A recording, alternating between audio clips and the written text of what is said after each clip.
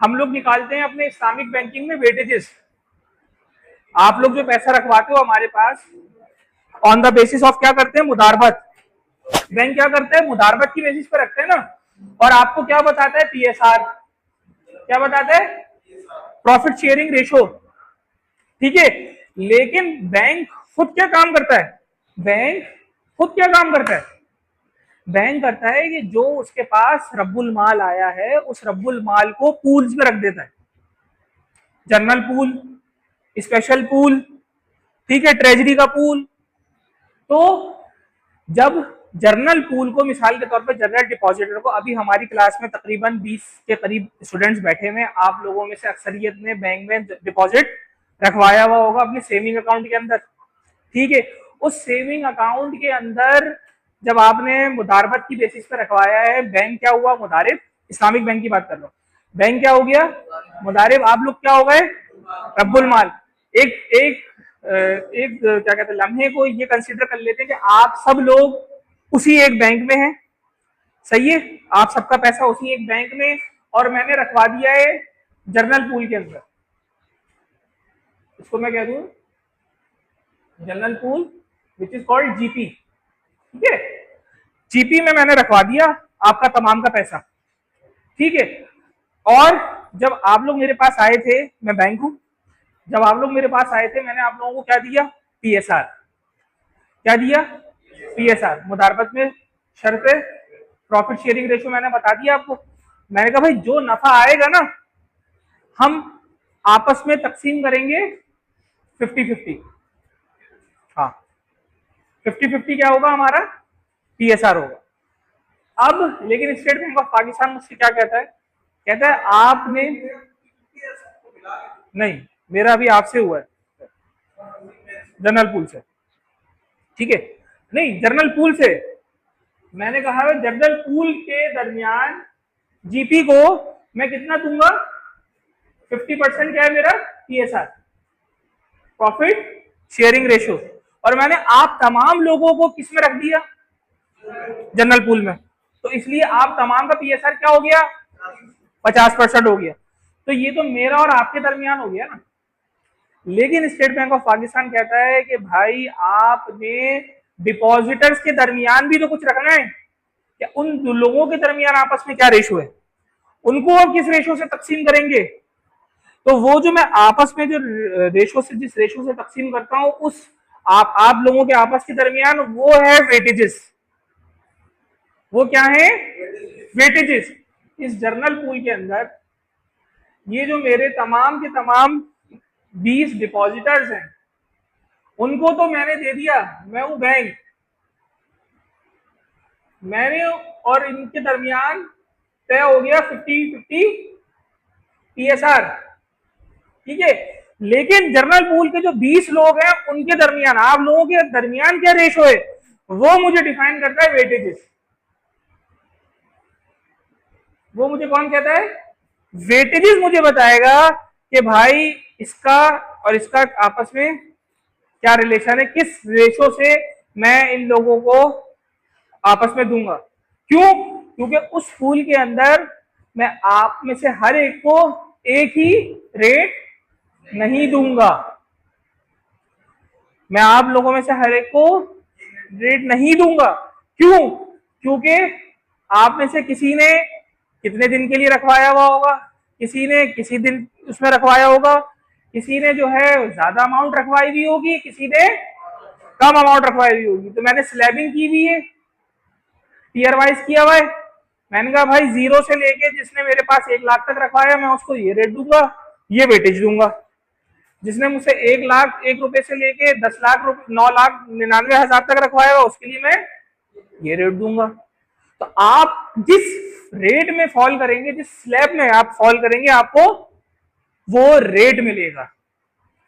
इसका मतलब क्या हुआ कि आपका डिपॉजिट इस बात की वो करेगा, फाइनलाइज करेगा कि आपको क्या रेट मिलना चाहिए, आपको क्या वेटेज मिलेगा।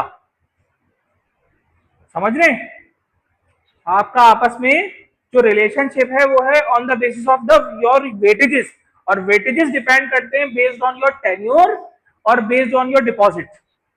आपके डिपॉजिट के ऊपर बेस करेंगे और बेस करेंगे या तो आपके टेन्योर पर। अब आज हम यहां पे पढ़ रहे हैं वेटेड मीन।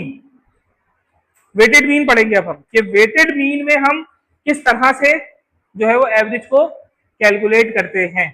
तो ये एक हम बेसिक पढ़ेंगे वेटेड मीन, ठीक है। उसी की कॉम्प्लेक्स एग्जांपल होती है वेटेजेस, जो कि इस्लामिक बैंक के पूल मैनेजमेंट डिपार्टमेंट इंप्लीमेंट कर रहा होता है। तो उसकी बुनियाद यही चीज है। तो ये आपको कॉन्सेप्ट देने का मकसद ये था कि आपको एक कॉन्सेप्चुअलाइज हो जाए कि आप के इस्लामिक बैंक किस कॉन्सेप्ट के तहत काम कर रहा है। हाँ देखिए क्या कह रहे हो, कह रहे हैं कि sometimes we want to find the average of certain value. ये बात समझिएगा पहले कि हमें कभी कभार कह रहे हैं कि एक सर्टेन वैल्यू का एवरेज चाहिए होता है, सही है। अब वो क्या कह रहा है कि which are not of equal importance, कि अब उसमें से हर एक जो है ना, आपकी हर एक को आप इक्वली नहीं दे सकते, ठीक है। बिल्कुल वही एग्जाम्पल है जो मैंने आपको लेके चली थी डिपॉजिटर की। हर डिपॉजिटर को मैं एक रेट नहीं दे सकता, सही है। हर एक की इंपॉर्टेंस अलग अलग है। जो मेरे पास 1 लाख रुपए रखवा रहा है उसकी इंपॉर्टेंस अलग है, जो मेरे पास 1 अरब रुपया रखवा रहा है उसकी अलग। तो वो क्या, उस चीज के लिए मेरे पास स्टैटिस्टिक्स ने क्या बताया, उसने कहा therefore we assign certain numerical values, जिसको हम कहते हैं वेट। हम एक सर्टेन न्यूमेरिकल वैल्यू निकालते हैं जिसको हम क्या कहते हैं, वेट। और according to their relative importance weights में बी, और अकॉर्डिंग टू क्या है certain numerical values according to their relative importance. हर एक की अलग अलग वैल्यू निकालते हैं उनकी इंपॉर्टेंस को देखते हुए। बेस्ट एग्जांपल जो मैं चल रहा हूं लेकर वो यही चल रहा हूं कि जैसे कि मेरी इस क्लास के सारे रब्बुल माल हैं, आपका मेरे साथ जो है वो तो मुदारबत है, लेकिन आपका आपस में क्या है, मुशारकत है आपकी, क्योंकि आप सबका जो पैसा लगा हुआ है, अगर आप लोगों का रिलेशन में देखूं उस पुल के अंदर तो वो क्या है, मुशारकत है। तो आप लोगों की तो आपस में जो रिलेशनशिप है वो मुशारकत की बेसिस पर है, आपकी मेरे साथ जो रिलेशनशिप है वो मुदारबत की बेसिस पर है। मेरा और आपके साथ जो रिलेशनशिप है वो जरूरी नहीं है कि वो एक के साथ जो हो, तो जरूरी नहीं कि मैं उसको भी वही दूं जो इसको दे रहा हूं। वो डिपेंड करता है उसकी इंपॉर्टेंस पे। और मेरे लिए एज अ बैंक के तौर पे इंपॉर्टेंस की क्राइटेरिया अलग है, ठीक है ना। जैसे मैंने आपको बताया what we see tenure, we see amount of deposit, ठीक है ना। वो चीज हमारे लिए ज्यादा इंपॉर्टेंट है। उसकी वो बुनियाद बनाते हुए हम क्या कर निकालते हैं, वेटेज। तो यहां पर वो यही बात कह रहा है कि मेरे भाई वेटेड मीन निकालने के लिए हम क्या करते हैं कि कभी कभार जो हम असाइन करते हैं सर्टेन न्यूमेरिकल वैल्यू, और उस वैल्यू को नाम देते हैं हम वेट का। देखिए अब इसके साथ जो है ना XW लगा दिया मैंने, तो ये क्या होगा, वेटेड मीन। तो अगर आपसे कभी पूछा सवाल के एग्जाम में कि भाई वेटेड मीन क्या है, तो अगर वेटेड मीन नहीं लिखा हुआ और ये मैंने सिंबल लिखा हुआ है, तो ये अंडरस्टूड है कि ये आपने क्या निकालना है,